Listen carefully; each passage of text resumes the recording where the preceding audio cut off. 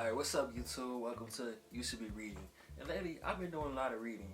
As a matter of fact, after watching WrestleMania a few months ago, I decided I wanted some more wrestling. So I picked up the book called Do A Powerbomb. This book really hits home, and I really enjoy reading it because one of my favorite styles of wrestling is Lucha Libre. Matter of fact, my favorite wrestler is Rey Mysterio. And this book was very exciting to me because I saw all the moves I saw on TV and in real life. Lucha Libre is one of the most flashiest, high-flying styles of wrestling. Matter of fact, I'm just going to show you guys so you can really understand it. It'd probably be too hard for me to describe. You'd probably easy to watch it. Take a look. Now, do you see what I mean by the style of wrestling called Lucha Libre? It's exciting, fast, and high-flying. Another thing I really appreciate about this book is the way it tells the stories, using classic tropes such as death, tragedy, triumph, and loss. They get his point across throughout the entire book, and it really stays on brand with the messaging. Another thing that's really good about this book is the way it uses stuff from real life wrestling, how it blends fantasy with realism. As we learn more about the characters, that's what leads more into the fantasy element, especially the tournament of wrestling. And just like real life, Randy Orton don't have a clue. You gotta believe that a dead man comes back to life just to show up in the square circle and lay a smack down on his opponents. Or he really set his brother on fire who came back to life to kill the dead man. So, before I get too much on the tangent of my wrestling, let's talk more about the book and the story. Now let's talk about the story of this comic. This story revolves around 4 characters: Yua Steel Rose, Cobra's son, Lana Steel Rose, and the Grand Wizard. The main character of the story is Lana Steel Rose, who dreams of nothing more than being a pro wrestler on a grand scale, but there's a problem. She's stuck under the shadow of her mother, Yua Steel Rose, who was the greatest there ever was or will be thought of at the time. And she's dealing with her father, who's afraid of her facing the same fatal fate her mother did. Hey, there's a reason why whenever you're watching WWE, they flash one of them disclaimers on the screen telling them like, hey, do not try this at home, because wrestling is dangerous. Like, we all like to believe that wrestling is a fake sport. It's not real. But one thing you can't fake is them slams. When you hit the hard mat, it hurts for real, because the ring essentially feels like a hardwood floor covered in carpet. As you know, anybody who probably wrestled at home or had carpet floors going up, it still hurts like hell to get slammed on the mat and dragged across. So, when a wrestler botches a move, it has real consequences. People seriously get hurt, and these wrestling moves are really dangerous. Heck, a lot of people in wrestling get hurt all the time, have to sit out for years, maybe their careers ended.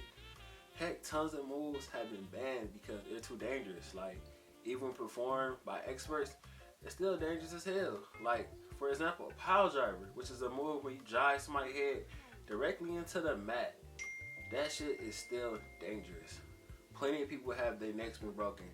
And wrestling companies like WWE has banned that move for years because of stuff like this, so accidents don't happen. Because botching a move does more than just hurt the other person. It actually affects people's mental situations, could derail people's careers. People are left wondering like, hey, why did I do that? Was it my fault?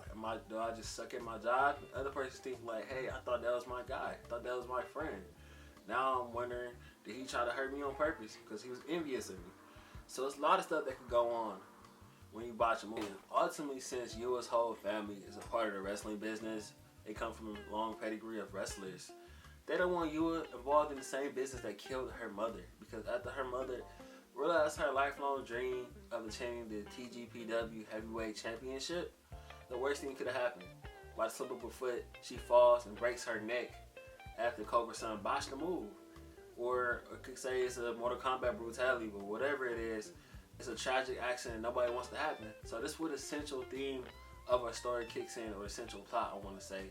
Because this is a story of Yua trying to get into the wrestling business, but she can't find a trainer. No one wants to train her. And that's how the beginning starts off. But one thing I really do like that this book handles really well is the fact, the mental anguish that can happen when something like this happens in real life. Like, you can see it on Cobra's son. What happened to his career after this? He goes from the TV goes from like the bright lights of pay-per-views, headlining pay-per-views, to doing dungeon matches, backyard matches, death matches, were like the worst type of matches. Typically those type of matches don't have a lot of pay unless it's with a big company, and they really brutal. Like, you have to be a masochist or sadistic to want to put your body through that. And those are the type of matches people get hit with glass tools, exploding barbed wire, get stabbed, swords, all kind of shit. Basically, that happens in the matches. Like, it tears down your body. Just look up CZW. I'm not going to show a clip of that because this video probably get banned and it's too brutal to show. But basically, essentially, it's really death matches. It's like, it's not even, it's wrestling, but it's just like bloody matches. So that's what he does after this. You can see it throughout the series as he's trying to make amends, but he can't come to it. And even though everyone knows it was an accident, even Yua doesn't think, even Lana doesn't think that he killed her on purpose. It was an accident. Heck, the Cobra-san and Yua were actually in love at the time. They're actually together. So no one thinks that he actually did it, but it's just the fact that he's dealing with his guilt. So that's one thing I really like about this book, how it handles it really well.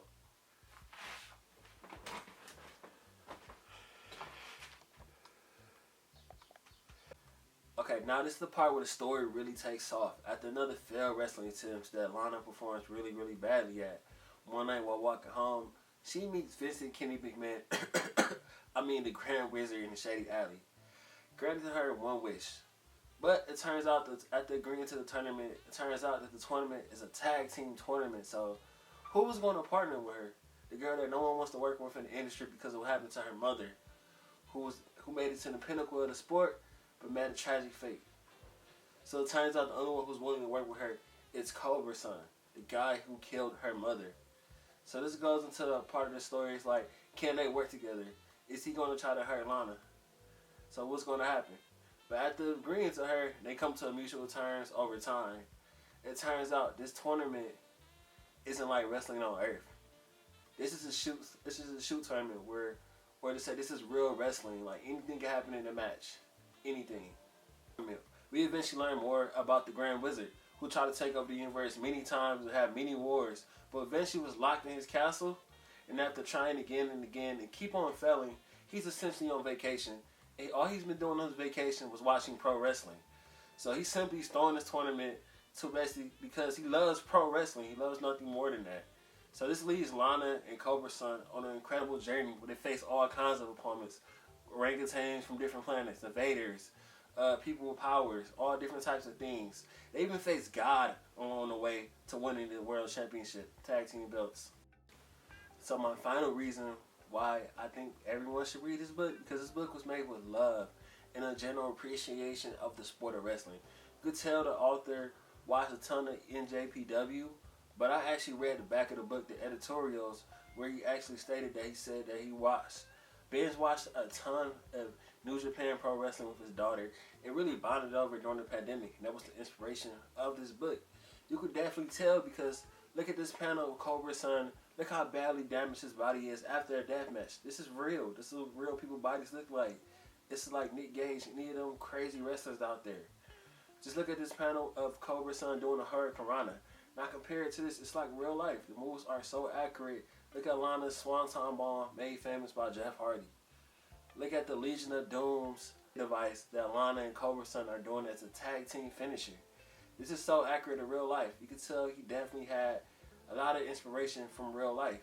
Everything's so accurate. So this is a book that I highly recommend. 10 out of 10 that anybody can read. They don't even have to love wrestling. They can just like it a little bit and they still will love this book. This book is really good. So if you made this far in the video, thank you.